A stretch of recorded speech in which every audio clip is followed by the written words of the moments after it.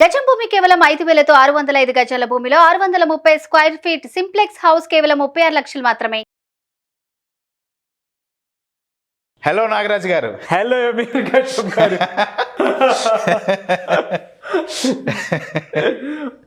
Roles reverse అయినాయి. అవునవును, energy pass on. Yeah, టాపిక్లోకి వెళ్ళిపోదాం. ఫర్ ఎగ్జాంపుల్కి నేను చెప్తాను, అంటే చాలా మంది ఫేస్ చేసేటువంటి ప్రాబ్లమ్స్. నేను ఒక ప్రాజెక్ట్ చేశాను, చాలా నీట్గా నాకు మైండ్ సెట్ ఉంది దాని ప్రకారం అని చెప్పేసి నేను ప్రాజెక్ట్ తీసుకొని వచ్చాను. నా ఫ్రెండ్ ఏం చేశాడంటే, వాడి గురించి నాకు ఆల్రెడీ కొంత తెలిసి ఉంటుంది కదా, వాడు అదే ప్రాజెక్టు తీసుకొని వచ్చాడు. ఇంట్లో నుంచి నేను స్టార్ట్ అయ్యేటప్పుడు ఈ ప్రాజెక్ట్ ది బెస్ట్ అవుతుంది, వెరీ కాన్ఫిడెంట్ అని నేను స్టార్ట్ అయ్యి వస్తాను. ఏదో కాంపిటీషన్లో ఒక ప్రాజెక్టు ఇద్దరం సబ్మిట్ చేయాలి. అక్కడ దాకా వెళ్ళిన తర్వాత, కాంపిటీషన్కి వచ్చిన తర్వాత ఇంకా లైన్లో నుంచి చూపించాలి. నా పక్కనోడు బాగా చేశాడేమో అనే ఆలోచన వెంటనే నా దాంట్లోకి ఎప్పుడైతే పడిపోయిందో ఆటోమేటిక్గా సడన్లో అయిపోయాను. వాడి మీద కాన్ఫిడెన్స్ పెరుగుతుంది, నా మీద కాన్ఫిడెన్స్ తగ్గిపోతుంది. నాకు దాని నుంచి బయట పడలేకపోతున్నాను, ఆ టెన్షన్ కూడా తట్టుకోలేకపోతున్నాను. ఎలా అంటే ఇటువంటి ప్రాబ్లమ్స్ ఫేస్ చేసేవాళ్ళు చాలా మంది ఉంటారు. పక్కనోడిని చూసి ఆటోమేటిక్గా వీళ్ళు లో కాన్ఫిడెన్స్ లోకి వెళ్ళిపోతూ ఉంటారు. ఎలా దీన్ని ఏ విధంగా ఓవర్కమ్ అవ్వాలంటారు? నేను జస్ట్ ఒక ప్రాజెక్ట్ అనే ఎగ్జాంపుల్. కొంతమంది పర్సనాలిటీని చూసి ఎస్టిమేషన్ వేసుకుంటారు, కొంతమంది కాస్ట్ని చూసి ఎస్టిమేషన్ వేసుకుంటారు, కొంతమంది రిలేషన్షిప్ని చూసి కంపేర్ చేసుకొని ఎస్టిమేషన్ వేసుకుంటారు. అంటే ఒక్కొక్కరు ఒక్కో తీరులో ఉంటారు అనమాట మైండ్ సెట్. సింపుల్గా ఇందులో ఉండేటువంటిది ఏదైనా ఉంది అని అంటే పక్కన చూసి తెలియని ఒక ఇన్సెక్యూర్లోకి వెళ్ళిపోతూ ఉంటారు. నాకంటే వాడు బెస్ట్ ఏమో ఆ ఏమోకి ఓవర్కమ్ అవ్వటం ఎలా అని. దీనికి రీజన్ అండి, ఓవర్కమ్ ఎలా అవ్వాలి డెఫినెట్గా నేను చెప్తాను. అయితే దీనికి కారణం అసలు ఫస్ట్ ఈ థాట్ ప్యాటర్న్ జరగటానికి గల కారణం ఇన్ఫీరియారిటీ. ఇన్ఫీరియర్ అర్థమవుతుందా? పదం బాగా గమనించండి. ఇన్ఫీరియర్ ఏమండి అంటే లోపల భయం ఒకటి ఉందండి. ఇన్ఫీరియర్ మీరు జంబుల్ చేస్తే ఇన్ఫియర్ కదా, లోపల ఒక భయం ఉంది. ఏంటయ్యా ఆ భయం అంటే, నేను సరిపోనేమో అంటే నా క్యాపబిలిటీ సరిపోదేమో, నా స్కిల్స్ సరిపోవేమో, నా దగ్గర ఉన్నది సరిపోదేమో. మీరు అన్నట్టు అది ఏదైనా కావచ్చండి. అది హైట్ కావచ్చు, డబ్బులు కావచ్చు, స్టేటస్ కావచ్చు, బట్టలు కావచ్చు, అర్థమవుతుందా, గ్యాడ్జెట్స్ కావచ్చు, ఇంకేమైనా కావచ్చు, ఎవ్రీథింగ్. నా దగ్గర ఉన్నదాన్ని, నా లోపల ఉన్న క్వాలిటీస్ని తక్కువ అని భావించే మనస్థితే ఇన్ఫీరియారిటీ. బట్ అన్ఫార్చునేట్లీ చాలామంది దీన్ని జబ్బుగా కన్సిడర్ చేస్తారు. ఇన్ఫీరియారిటీ అనేది జబ్బు కాదండి, బాగా గుర్తుపెట్టుకోండి. అదొక స్థితి అంతే. అవునండి, అదొక డిజార్డర్ కింద కన్సిడర్ చేస్తారు. లేబుల్స్ పెడుతున్నారండి. అది పర్సనల్గా అయితే నాకు నచ్చదు. లోపల కొంచెం వచ్చింది కదండి, లోపల కొంచెం వచ్చింది కదా. ఆపారు, బాగా గమనించారు. అందుకే చెప్పాను మీరు ఇటు కూర్చోండి. లేదండి, లేబుల్స్ పెట్టేటప్పుడు అంటే మిస్గైడ్, మిస్కాన్సెప్షన్లోకి తీసుకెళ్ళేటప్పుడు అనిపిస్తుంది. అవునండి, ఎందుకంటే అండి ఈ లేబులింగ్ వల్ల ఏమవుతుందంటే ఇది ఒక జబ్బు అని ఎప్పుడైతే పడుతుందో, అందులో ఇవి ఇమోషనల్ రిలేటెడ్ అయ్యేటప్పటికీ అదే వాళ్ళని సగం కుంగదీస్తుంది. వీళ్ళకి యాంగ్జైటీ ఉంది, వీళ్ళకి ఇన్ఫీరియారిటీ, ఇంకేదో జబ్బు, ఇంకేదో ఇప్పుడు ఏదో ఓసిడి, ఏబిసిడి చాలా వచ్చినాయి. సో ఎనీవే, సో ఇన్ఫీరియారిటీ అండి. ఇన్ఫీరియారిటీ అంటే మనల్ని మనం తక్కువగా భావించటం, తక్కువగా భావించటం, మనకంటే అవతల వాళ్ళు బెటర్ అని ఊహించటం. నిజంగా నాకంటే మీరు, ఇప్పుడు మన ఇద్దరం చూసుకుందాం, నాకంటే మీరు నిజంగా బెటర్. ఒకవే నేను ఇంప్రూవ్ అవ్వచ్చు, చూసి డెఫినెట్గా ఇంప్రూవ్ అవ్వచ్చు. అదొక మోటివేషన్ అవుతుంది. 95% ఏమవుతుందంటే, నాకంటే నువ్వు బెటర్గా ఉన్నావుగా, నేను వేస్ట్. మీలాగా బెటర్ అవ్వాలని నేను అనుకోవట్లా. మీలాగా నేను బెటర్ అవ్వాలి అనుకుంటే ఆ థాట్ లేదు అసలు. ఆ థాట్ లేదు. నిజంగా అవ్వాలనుకుంటే మీరు ఏం చేశారో నేను చేయటం మొదలు పెడితే నాకు మీ మీద రెస్పెక్ట్ వస్తుంది. ఎస్, మీరు ఎంత చేస్తున్నారు అనేది, మీరు ఎంత కష్టపడుతున్నారు అనేది నాకు తెలుస్తుంది అప్పుడు. Your getting it. కానీ ఆ థాట్ లేదు, గొప్ప చాలా ఎక్కువ, వామ్మో నాగరాజు నా వల్ల ఏమవుతుంది, నా వల్ల ఏమవుతుంది అసలు. ఇదేదో నేను మాటలు చెప్పట్లేదండి, దీన్ని ప్రూవ్ చేయడానికి ఒక ఎక్స్పెరిమెంట్ కండక్ట్ చేశారు. అవునా? ఓకే. ఒక అద్భుతమైన ఎక్స్పెరిమెంట్ అండి ఇది, చాలా వరల్డ్ ఫేమస్ ఎక్స్పెరిమెంట్ ఇది. ఎక్స్పెరిమెంట్ ఏంటంటే కొంతమంది స్టూడెంట్స్ని 2 గ్రూప్స్గా డివైడ్ చేశారు. ఏమండి, మెడిసిన్ రిలేటెడ్ చదివే స్టూడెంట్స్ వాళ్ళు, ఓకే అండి, మెడిసినల్ బ్యాక్గ్రౌండ్ అది. వాళ్ళకి స్క్రీన్ మీద ఈ సెల్స్, లోపల సెల్స్ కణాలు ఉంటాయి కదా, రైట్, ఆ ఫొటోస్ చూపించేవాళ్ళు. వాళ్ళ పని ఏంటయ్యా అంటే ఆ ఫోటో చూసి ఆ సెల్ హెల్దీగా ఉందా డిసీజ్డ్ సెల్లా అనేది చెప్పాలి. ఓకే. ఎలా మెజర్ చేయాలి, ఎలా తెలుసుకోవాలి, వాళ్ళకి ట్రైనింగ్ ఇవ్వలేదు. వాళ్ళంతటా వాళ్ళే ఫైండ్ అవుట్ చేయాలి. వాళ్ళు ఫోటో చూడాలి, ఫోటో చూసి ఇక్కడ కింద 2 ఆప్షన్స్ ఉంటాయి, హెల్దీ డిసీజ్డ్, హెల్దీ డిసీజ్డ్, రెండిట్లో ఏదో ఒకటి సెలెక్ట్ చేయాలి. కరెక్ట్ అయితే కరెక్ట్ అనే స్క్రీన్ మీద సిగ్నల్ కనిపిస్తుంది, రాంగ్ అయితే రాంగ్ అయితే రెడ్ కలర్, కరెక్ట్ అయితే green colour tick mark screen మీద కనిపిస్తుంది, రైట్. ఇది ప్రొసీజర్. ఫోటో వస్తుంది, ఆ సెల్ డిసీజ్డా హెల్దీయా కనుక్కోవాలి వాళ్ళంతటా వాళ్ళే, రైట్. స్టూడెంట్స్ని 2 గ్రూపులుగా డివైడ్ చేశారు, రైట్.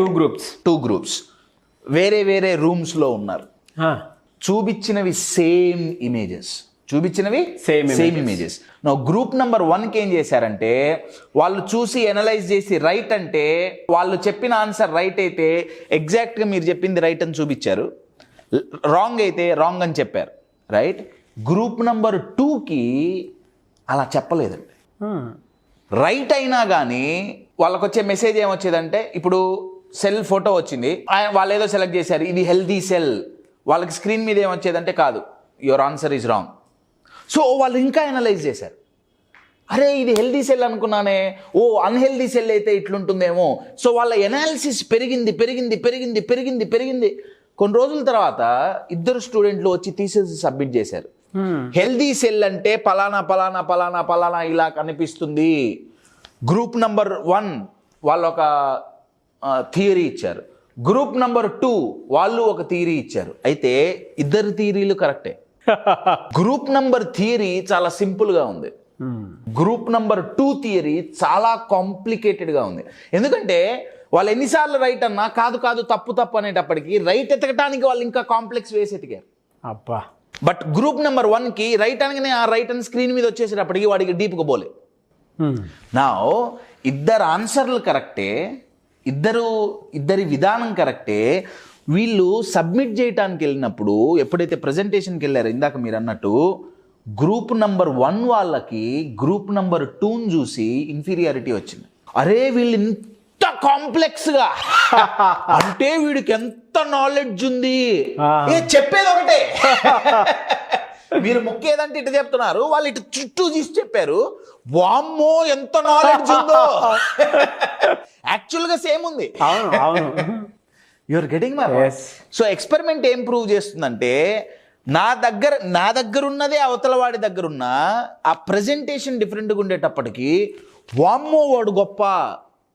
స్టన్నింగ్ రియలైజేషన్ ఏంటంటే అండి, గ్రూప్ నెంబర్ 1 కొన్ని నెలల తర్వాత అబ్జర్వ్ చేస్తే వాళ్ళ అనలైటికల్ ఎబిలిటీ, వాళ్ళ పర్ఫార్మెన్స్ అంతా డౌన్ అయిపోయింది. ఎందుకంటే వాళ్ళని వాళ్ళు చాలా తక్కువగా చేసి వాళ్ళే చేసుకున్నారు. వాళ్ళ దగ్గర మంచి స్టఫ్ ఉంది, వాడి దగ్గర మంచి ఐక్యూ ఉంది, ఇంకేదో క్యూ ఉంది, వీడి దగ్గర ఉన్నవన్నీ పోయింది. You're getting it.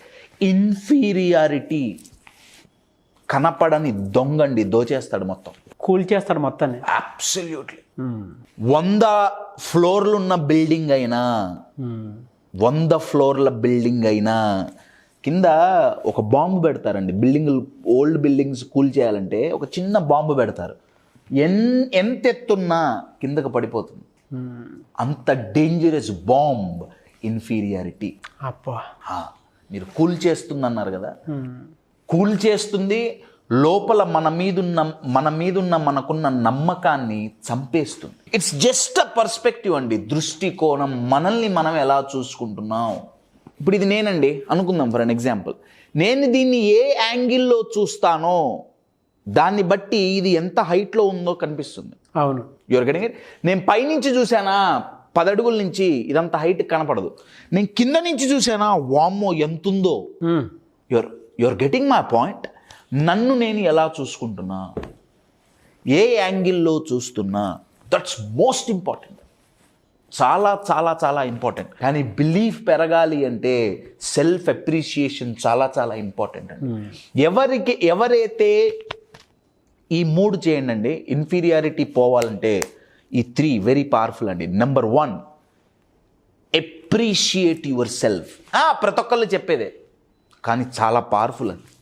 నేను ఒక ఎగ్జాంపుల్ చెప్తా అప్రిషియేషన్ గురించి. నేను కర్ణాటకలో హుబ్లీ అని ఒక ప్లేస్ అండి, బెంగళూరు నుంచి ఒక 500 కిలోమీటర్స్ దూరం. ఐడియా ఉంది. హుబ్లీ తెలుసు కదా. సో అక్కడ ఒక 10 days ప్రోగ్రామ్ చేయడానికి నేను వెళ్ళా. ఇది ఎప్పటి సంగతి, దగ్గర ఒక 8 ఏళ్ల క్రితం సంగతి. ఆ 10 days ఇక్కడే జరగాలని కోరుకుంటున్నాను. 10 days ప్రోగ్రామ్ చేయడానికి వెళ్తే సాయంత్రం 5-6 ప్రోగ్రామ్ అయిపోతే నాకేం పని ఉండేది కాదు. ప్రోగ్రామ్ అయిపోయింది, కొత్త ప్లేస్, ఎవరు తెలియదు కూడా. సో సరదాగా అలా తిరగటానికి వెళ్ళేవాడిని. నేను హోటల్స్ పేరు చెప్పను కానీ చాలా పెద్ద హోటల్ ఆ సిటీలో. నేను ఆ హోటల్ నేను లిఫ్ట్లో నుంచి బయటికి రాగానే అక్కడ ఒక వాచ్మెన్ కూర్చొని ఉండేవాడండి, సెక్యూరిటీ, రైట్. ఆయన ఇలా కూర్చొని చైర్లో స్టిక్ పట్టుకొని కాళ్ళు ఊపుకుంటూ ఇంతే అండి. ఆ హోటల్కి ఫస్ట్ ఎంటర్ అవ్వంగానే ఫస్ట్ కనపడే వ్యక్తి ఎవరయ్యా అంటే అతనే చాలా లేజీగా, చాలా ఇంట్రెస్ట్ లేకుండా, ఏదో కోల్పోయినట్టుగా అలా కూర్చొని ఉన్నాడు. హోటల్ మీద గెస్ట్లకు వచ్చే ఇంప్రెషన్ ఏంటి? ఆటోమేటిక్గా కదా. ఒక్కొక్క ఎవరన్నా ఏమన్నా అడిగితే ఫస్ట్ ఆయనే కనపడ్డాడు కాబట్టి ఆయనే అడుగుతారుగా. అవును. రిసెప్షన్ ఎక్కడ? 2nd floorలో ఉంది పో, లేదా గ్రౌండ్ ఫ్లోర్లో ఉంది పో. ఆయన చెప్పిన సమాధానం. నాకు హ్యూమన్ బిహేవియర్ అన్న, హ్యూమన్ మైండ్ అన్న నాకు చాలా ఇష్టం. నేను అతన్ని చూడంగానే నాకు ట్రిగర్ అయిన ఫస్ట్ క్వశ్చన్ ఏంటంటే, ఎందుకు ఇలా ఉన్నాడు? నేను ఒక 2 రోజులు చూసా. ఆ హోటల్ మేనేజర్లు వాళ్ళంతా అతనికి తిట్టిన, అరిచిన ఆయన యాటిట్యూడ్ మాత్రం నాకు ఇదంటే చాలా ఇంట్రెస్ట్ అండి. ఏంటి రీజన్ ఏంటి? నేను అతనితో కూర్చొని సాయంత్రం పూట ప్రోగ్రామ్ అయిపోయిన తర్వాత నార్మల్గా సరదాగా హాయ్ హలో 2 రోజులు పరిచయం పెరిగింది. ఓకే, 3వ రోజు ఆయన పక్కన కూర్చుంటే మేము ఆ రోజు క్లాస్లో అప్రిషియేషన్ గురించి మేము చాలా మాట్లాడుకున్నాం. ఓకే, ఈయన మీద ఎక్స్పెరిమెంట్ చేయాలి అని నాకు అనిపించింది. అప్రిషియేట్ చెయ్యాలంటే సెకండ్ ఎక్నాలెడ్జ్ చెయ్యాలి. ఫస్ట్ ఏముంది? అవునవును. పోయి ఏది పడితే అది అప్రిషియేట్ చేయలేంగా. ఆయన దగ్గర ఉన్న ఏదో యూనిక్ క్వాలిటీ నేను చూసి అప్రిషియేట్ చేయాలి. ఆయన దగ్గర ఉన్న ఒక స్పెషల్ థింగ్ ఏంటంటే ఆయన ముస్టాచ్ అండి. ఆయన ముస్టాచ్ చాలా అద్భుతంగా ఒక రేంజ్లో ఉందండి.